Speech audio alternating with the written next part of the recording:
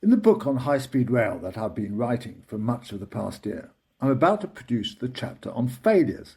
I pretty much left this to last because essentially the book is about a positive story, how a new generation of trains and lines have given the whole industry a sense of renewal and purpose.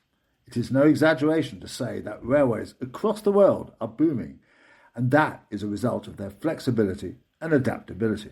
Indeed, railways have proved to be amazingly resilient, a 19th century invention that has found a place in the 21st.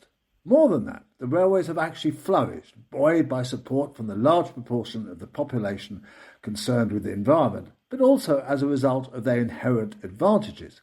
Trains can travel easily at twice the speed of the fastest cars, and therefore will always be able to be the most appropriate form of travel for medium and long distance journeys.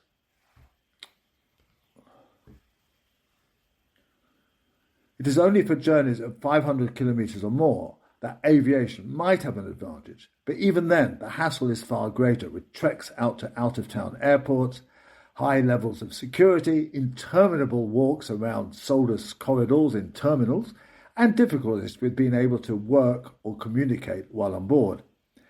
So my book will largely be a celebration of the achievements of countries as diverse as Spain and South Korea or Japan and France in building new networks, railways that have provided the best form of travel and consequently have attracted millions onto the tracks. But a few countries have had rather more unhappy experiences with high-speed projects. Some, such as Australia, have never managed to get long talked-about schemes off the ground, or rather on the ground. They have not succeeded in getting past the stage of business cases, assessment studies, geological surveys and political debates because of the size, scale and expense of these projects, which have scared politicians off. A couple of others, notably the United Kingdom and the United States, have managed to build small sections of line, but their major schemes have become millstones around the necks of their supporters. HS2 in Britain and the California high-speed rail project in America are the two schemes which have proved most troublesome, and any country embarking on building a new high-speed line should ensure they learn the lessons from these two debacles. There are surprising, or perhaps not so surprising, similarities between the two.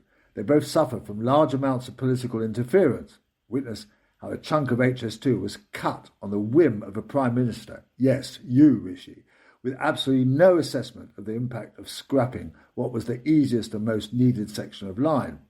In California, the scheme has also suffered from interventions and rows between federal and state governments over its budget and from local politicians who have managed to get the routing of the line completely wrong, a decision which is only now set to be reversed. Both projects have suffered overall from a lack of certainty that there is a budget available to complete them, and that has cost money in terms of contractors unwilling to risk being involved in projects that may never be completed. In Britain, that has cut down the scheme to what I've called the Acton to Aston shuttle, a new line that will start 5 miles from the centre of London and reach a station in Birmingham that has no rail connections. In California, the middle, easiest section through less populated areas is being built, but with no clear plan of how the line will reach the centre of the two cities, Los Angeles and San Francisco, that it is supposed to link. There are lessons to be learned from the successes of other countries.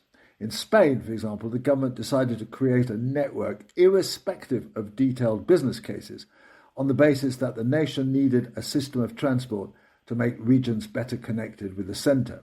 Consequently, Europe's largest high-speed rail network has been built in a relatively poor country to great effect, stimulating the economy and providing national pride in a railway system that had been on the verge of collapse. The success stories in the book all highlight the importance of obtaining political support across the board for these schemes and then ensuring that they are well managed on a clear budget. None of this is rocket science. Indeed, it is knowledge gleaned from 200 years of railway building and operations. That's what makes the failure of these schemes so unforgivable. Remember, these audio versions of my Substacks are available in advance to premium subscribers. Thank you.